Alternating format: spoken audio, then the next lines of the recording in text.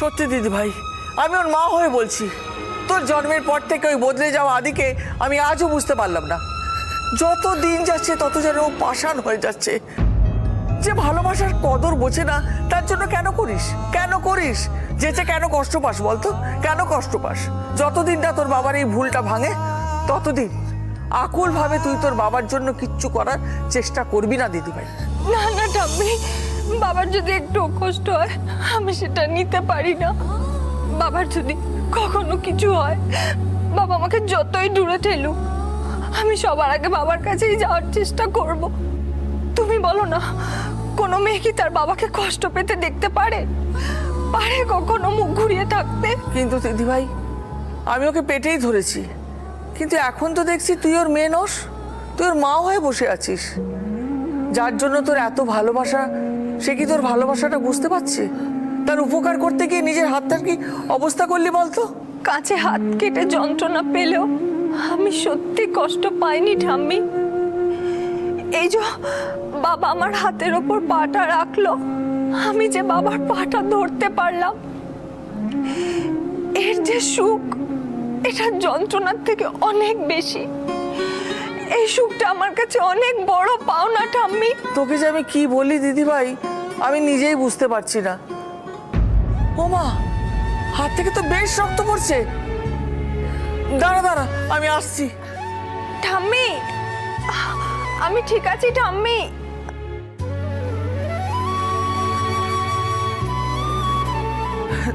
দেখি হাতটা দেখি, দাঁড়া। এটা একটু লাগিয়ে দি, এক্ষুনি যন্ত্রণাটা কমে যাবে দিদি ভাই। খুব কষ্ট হচ্ছে না? দাঁড়া, এক্ষুনি ঠিক হয়ে যাবে।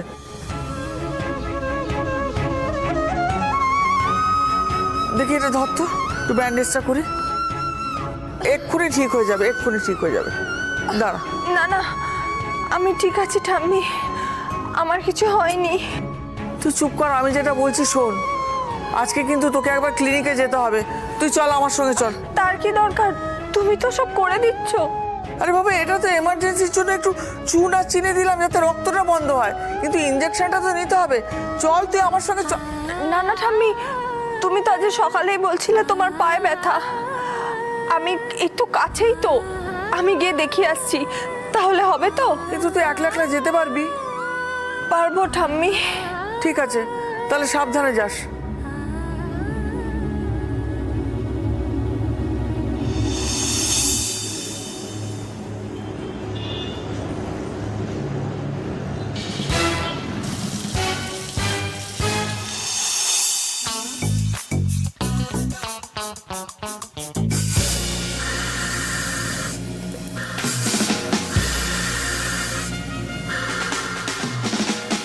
এই কি রে, কি পাগলামি করছিস?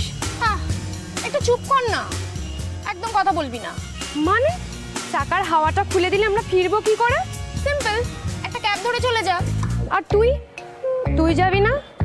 উফ, আমি ঠিক আমার ব্যবস্থা করে নেব। তোর যে কখন ঠিক কি হয় না আমি বুঝি না।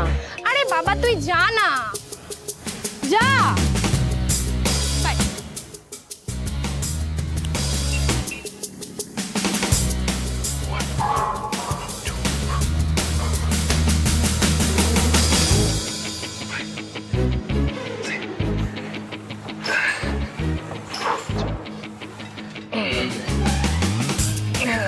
আপনারা এখানে কি ধরনের জিম চালাচ্ছেন বলুন তো?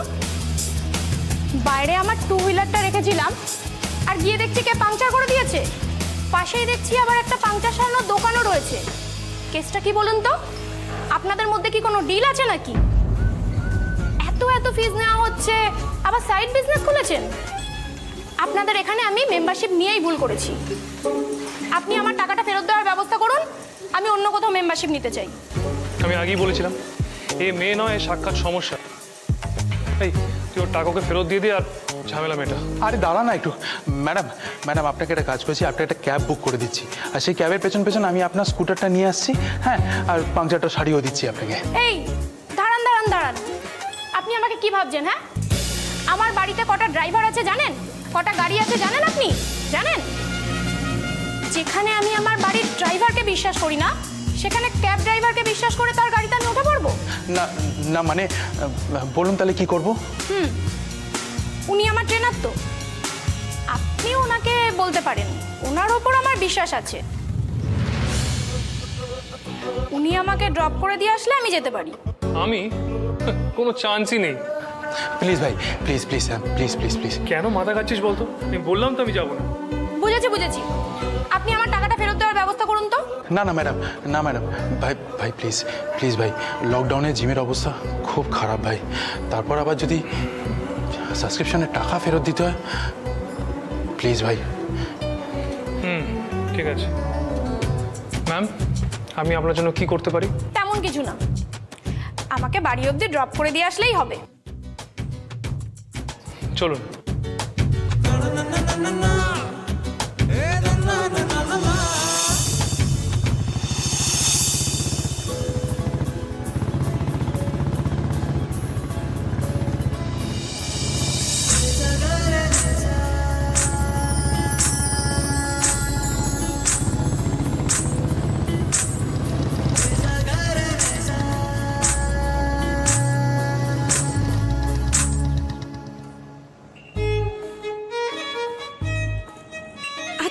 আচ্ছা, তার মানে আপনার মনে এই ছিল? সবে আপনার জন্য আমার মনে একটু কনফিডেন্স গ্রো করলো, আর সেই সময় আপনি কিনা এরকম একটা ফাঁকা নির্জন রাস্তায় সাডেন ব্রেক মেরে বাইকটাকে দাঁড় করালেন। পুরো ইমেজটা নষ্ট হয়ে গেল।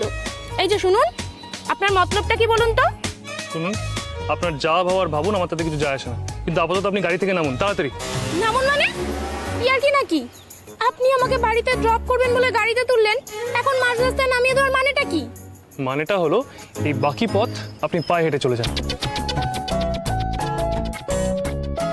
নো ওয়ে, আপনি আমাকে আমার বাড়ির সামনে ড্রপ করবেন, তবেই আমি নামবো। আপনি বাচ্চাদের মতন জেদ করছেন কেন বলুন তো? বললাম তো আমার একটা আর্জেন্ট কাজ আছে। রিয়েলি? আমাকে ড্রপ করার থেকেও আর্জেন্ট কাজ? আমার হাজার একটা কাজ থাকতে পারে, সেই লিস্টটা কি আমার আপনাকে দিতে হবে? আর শুনুন, আমরা বাড়ি তো সামনে, হেঁটে চলে যান না। কি তখন থেকে হেঁটে যান করছেন? আমাকে বাড়ির সামনে ড্রপ করবেন বলে গাড়িতে তুলেছেন, এখন মাঝ রাস্তায় নামিয়ে দেওয়ার মানেটা কি? কেন, আমার বাবাকে ভয় পাচ্ছেন নাকি? আমি আপনার বাবাকে ভয় পেতে কেন যাব? তাহলে আমার বাড়ির সামনে আমাকে ড্রপ করে দিন। শুনুন, আমায় জোর করে কোনো লাভ নেই। আমি আপনাকে হেল্প করবো বলেই আমি বাইকে ড্রপ করতে আসছিলাম, কিন্তু আমার এখন একটা আর্জেন্ট কাজ এসছে। আপনি নামুন তো তাড়াতাড়ি। ও, যেই মেয়েটা আপনাকে বিশ্বাস করে গাড়িতে উঠলো তাকে মাঝ রাস্তায় নামিয়ে দেওয়ার নাম হেল্প বুঝি? এখন যদি আমার গলার চেনটা কেউ ছিনতাই করে নেয়, আমাকে যদি রাস্তায় কেউ ধাক্কা মারে, আমি যদি হসপিটালাইজড হই, তাহলে কিন্তু সব খরচ আপনার, বলে দিলাম। তাই? শুনুন, আপনার বাবা নিশ্চয়ই আপনার জন্য ইন্স্যুরেন্স করে রেখেছেন, আপনি সেখান থেকে বরং। এই যে শুনুন, আপনি যদি আমাকে বাড়ির সামনে না ড্রপ করে দিয়ে আসেন, তাহলে কিন্তু আমি জিমের সাবস্ক্রিপশন বাতিল করে দেবো, বলে দিলাম। বেশ, তো করে দিন।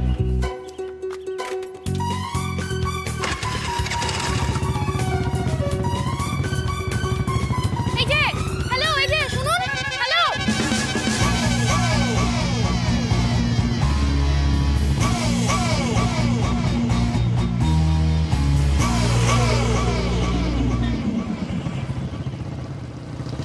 হাই কুলফি।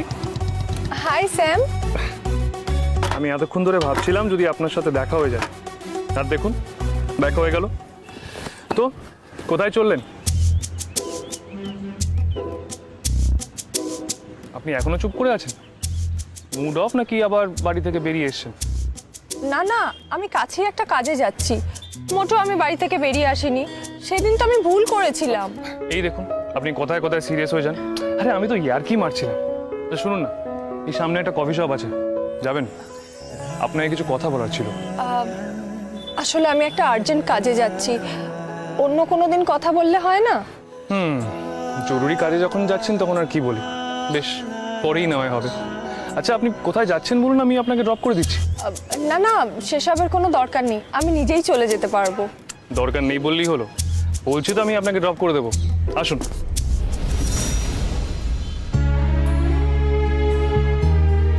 এই কি, এটা কি হয়েছে? ও কিছু নয়, একটা কাঁচের গ্লাস ভেঙে কেটে গেছে।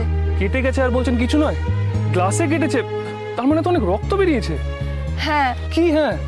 আরে আপনি তো তার মানে অনেকটা ব্যথা পেয়েছেন। না না, এখন ঠিক আছে। ঠাম্মি ফার্স্ট এড করে দিয়েছিল। কাছে কেটেছে আর আপনি শুধু ফার্স্ট এড করেছেন?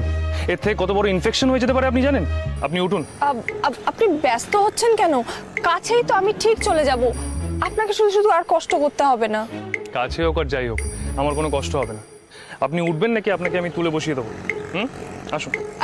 না না, আমি তো শুধু হাতেই ব্যথা পেয়েছি, আমি নিজেই বসতে পারবো। ওকে, অ্যাজ ইউ উইশ। সাবধানে।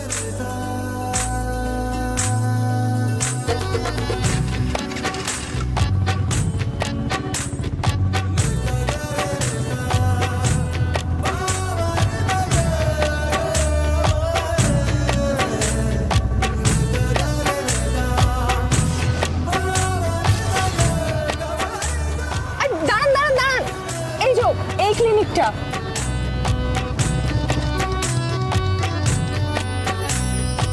এটা এই ক্লিনিকটা খুব ছোট, আমার মনে হয় না এখানে ওরা প্রপার ট্রিটমেন্ট দিতে পারবে। আপনি বাইকে বসুন, আমরা কোনো বড় হসপিটালে যাই। না না, এখানেই ঠিক আছে। আমি বলছি তো ওরা ট্রিটমেন্ট দিতে পারবে না, খুব ছোট ক্লিনিক। পারবে, আপনি ভিতরে চলুন। চলুন। Doctor, doctor. হ্যাঁ স্যার বলুন, কি হয়েছে? আপনি শিগগিরই ডক্টরকে ডাকুন, পেশেন্ট খুব সিরিয়াস, হাত কেটে গেছে, ট্রিটমেন্টের দরকার। আচ্ছা আপনি আগে একটু শান্ত হন, কে ব্যথা পেয়েছে? এই তো উনি, কাচের গ্লাসে সাংঘাতিকভাবে হাতটা কেটে গেছে। আপনি ডক্টরকে ডাকুন। ডক্টর! আচ্ছা আচ্ছা আচ্ছা, আপনি এরকম করবেন না প্লিজ, আমি দেখছি। দিন, হাতটা দিন। ও টেনশন করার কোনো কারণ নেই, উনি ঠিক আছে। আমি একটা টিটেনাস দিয়ে দেবো, তারপর ড্রেসিং করে দেবো। কি কি বলছেন কি আপনি? আপনি জানেন কত রক্ত বেরিয়েছে, আর আপনি বলছেন এটা ছোট ইনজুরি? বুঝতেই পারছিলাম আপনার দ্বারা এটা হবে না। ডক্টরকে ডাকুন। ডক্টর! স্যার ডক্টর এখন নেই, ডক্টরে আসতে দেরি হবে, তাই জন্য তো আমি বলছি আমি করে দেব। আর এমনিও ডক্টর এসে দেখলেও সেই আমাকেই করতে বলবেন। না না, হবে না। দেখলেন তো, আমি এই জন্যই আপনাকে বলেছিলাম ছোট ক্লিনিকে আসতে নয়। আপনি জোর করে আমায় নিয়ে এলেন। আপনি যত বড় জায়গাতেই যান না কেন, এগুলো নার্সদেরই কাজ। তারা, আপনি চলুন তো, চলুন। আরে আপনি এত টেনশন করছেন কেন? বি কুল। সরি, অ্যাকচুয়ালি উনি আমার খুব কেয়ার করেন তো, তাই এমন করছেন। আপনি ড্রেসিংটা করে দিন। না না, আগে আমি টিটেনাসটা দেবো, তারপর ড্রেসিংটা করব। আপনি আমার সঙ্গে আসুন। বেশ তো, চলুন। আপনি কোথায় যাচ্ছেন? আপনি এখানেই ওয়েট করুন। না না, আমাকে তো যেতেই হবে, তারার সাহসের প্রয়োজন। প্লিজ এরকম করবেন না, আপনি এখানেই ওয়েট করুন, উনি আমার সঙ্গে একা গেলেই হবে। ম্যাডাম প্লিজ আসুন। মুখটা দেখেই মনে হচ্ছে ঠিকঠাক ট্রিটমেন্ট করতে পারবেন না। এখানে বসুন।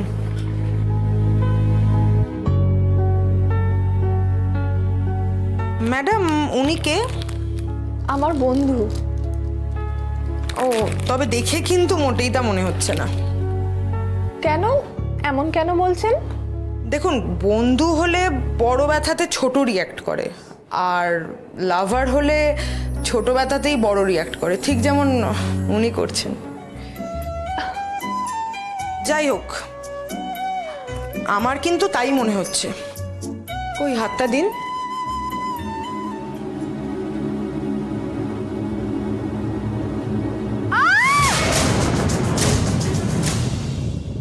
তারা, তারা, আপনি আপনি ঠিক আছেন তো?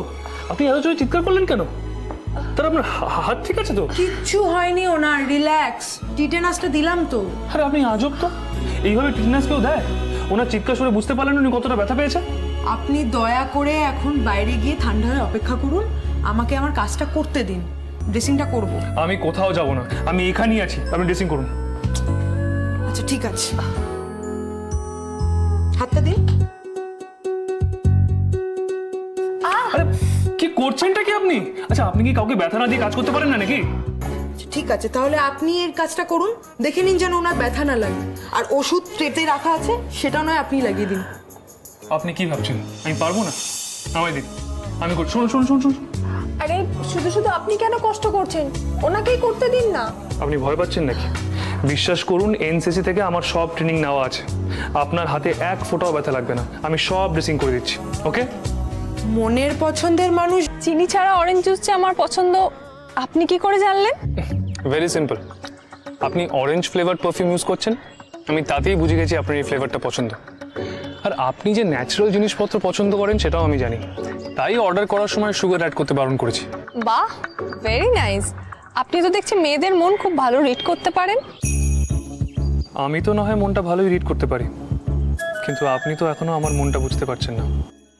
আচ্ছা, রাস্তায় যে আপনি বলছিলেন আমায় কিছু একটা বলতে চান, তো এলামি যখন, বলে ফেলুন কি বলতে চান। কি হলো বলুন। হ্যাঁ বলছি, গোল্ড মেডেল পাওয়ার জন্য আমার থেকে আপনার একটা গিফট পাওনা আছে। ওই দেখুন, কি হলো আবার? আরে আমি এখানে একটা খুশির কথা বলছি আর আপনি কিনা মুখটা ওরকম করে রেখেছেন। আসলে কি বলুন তো, আমি যে পরিস্থিতির মধ্যে আছি সেখানে গোল্ড মেডেল আর আমাকে আলাদা করে খুশি করছে না। দেখুন, আমি একটা কথা বলি, এটা কিন্তু সত্যি ঠিক নয়। আমি মানছি আপনি সবকিছুই খুব ক্যাজুয়ালি নেন, কিন্তু এত বড় একটা খুশির খবর আপনি ক্যাজুয়ালি নিচ্ছেন। আপনি যাই বলুন না কেন, আমি এটা সেলিব্রেট করবই।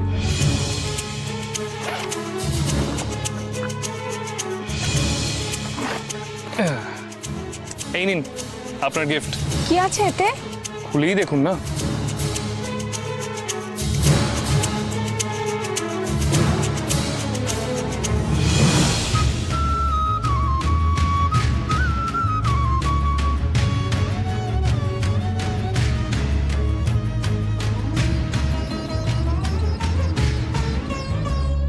ওয়াও, আমি তো ভাবছিলাম আপনি অন্য কিছু দেবেন, কিন্তু সত্যি আমি অবাক, এত বিউটিফুল একটা গিফট পেয়ে।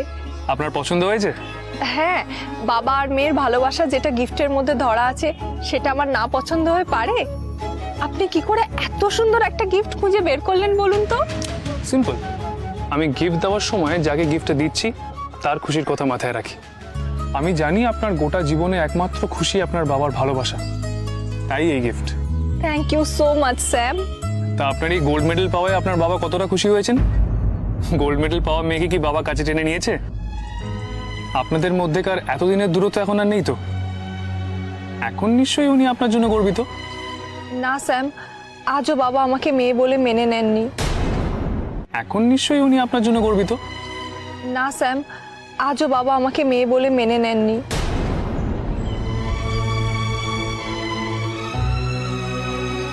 বাবার দোষ নেই, সবটাই আমার কপালের দোষ। তাই তো আমার টপরা আর খুশিটাও বাবাকে খুশি করতে পারেনি। আমার মাথা উঁচু করার ওকে প্রত্যেক বছর বিজনেসম্যান অফ দ্য ইয়ার অ্যাওয়ার্ডটা আমি নিয়ে এসেছি। এই বছর প্রথম নয়, প্রত্যেক বছর এই সময় আমাকে নিয়ে হইচই হয়। প্রথমবার এই বছর সেটার ব্যতিক্রম ঘটলো।